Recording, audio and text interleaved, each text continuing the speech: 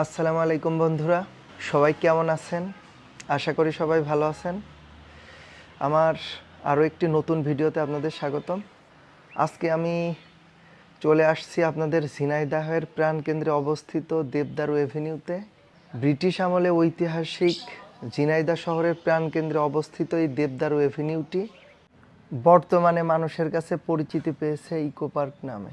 এখানকার নান্দনিক স্থাপনা শিল্প সবসময় সৌন্দর্য পিপাসু মানুষের দৃষ্টি আকর্ষণ করে। শত বছরের গাছগুলিকে বাঁচিয়ে শহরের মানুষের জন্য এখানে করা হয়েছে নিরিবিলি বসার জায়গা। নারী শিশুসহ বয়স্করা পেয়েছে এখানে হাঁটা চলার নিরাপদ স্থান। আপনারা অনেকেই জানেন, আন্তর্জাতিক Aga Khan award for architecture 2022-এ সংক্ষিপ্ত তালিকায় 20টি প্রকল্পের মধ্যে স্থান পেয়েছিল ঝিনাইদহের এই ইকো পার্কটি। ঝিনাইদহ ইকো পার্কের বিশ্বের 463টি প্রকল্প থেকে নির্বাচনের মাধ্যমে বাছাই করা হয়েছিল। পার্কটি ঝিনাইদহ দেবদারু এভিনিউ বা ইকো পার্ক নামে পরিচিত পেয়েছিল। ব্যতিক্রমী এই পার্কটির নামকরণ করা হয়েছিল কয়েকটি দেবদারু গাছকে ঘিরে। এই গাছগুলোর অবস্থান ঝিনাইদহ শহরের বুক চিরে চলা একমাত্র নদী নবগঙ্গার তীর ঘেঁষে। জেলা শহরের একদম গুরুত্বপূর্ণ প্রাণকেন্দ্রে অবস্থিত এই পার্কটির সপ্তাহে 7 দিনই উন্মুক্ত থাকে সর্বসাধারণের জন্য। বিনামূল্যে প্রবেশ করা যায় এখানে। ভিতরে রয়েছে কয়েকটি খাবারের দোকান।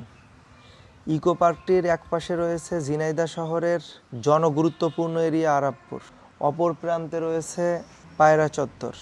এখানকার শিল্পকলার সাথেই এটির অবস্থান। বিশিষ্ট এ পার্কে অফুরন্ত সময়ব্যাপী খুশি মতো যে কেউ গ্রহণ করতে পারে পার্কের নির্মল বাতাস, সেই সাথে উপভোগ করতে পারে প্রাকৃতিক স্বপ্নীল ছোঁয়ামাখা মায়াবী পরিবেশ। বন্ধুরা, এবার চলেন ড্রোনের চোখে আপনাদের ঝিনাইদহ শহরটি ঘুরিয়ে দেখাই।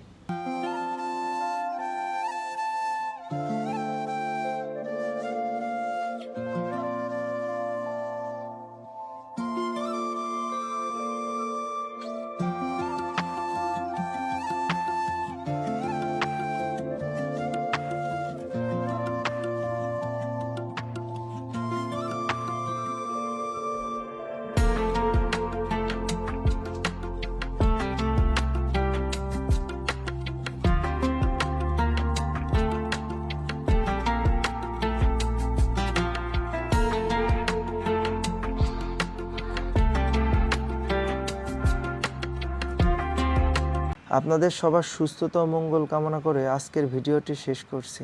আল্লাহ হাফেজ।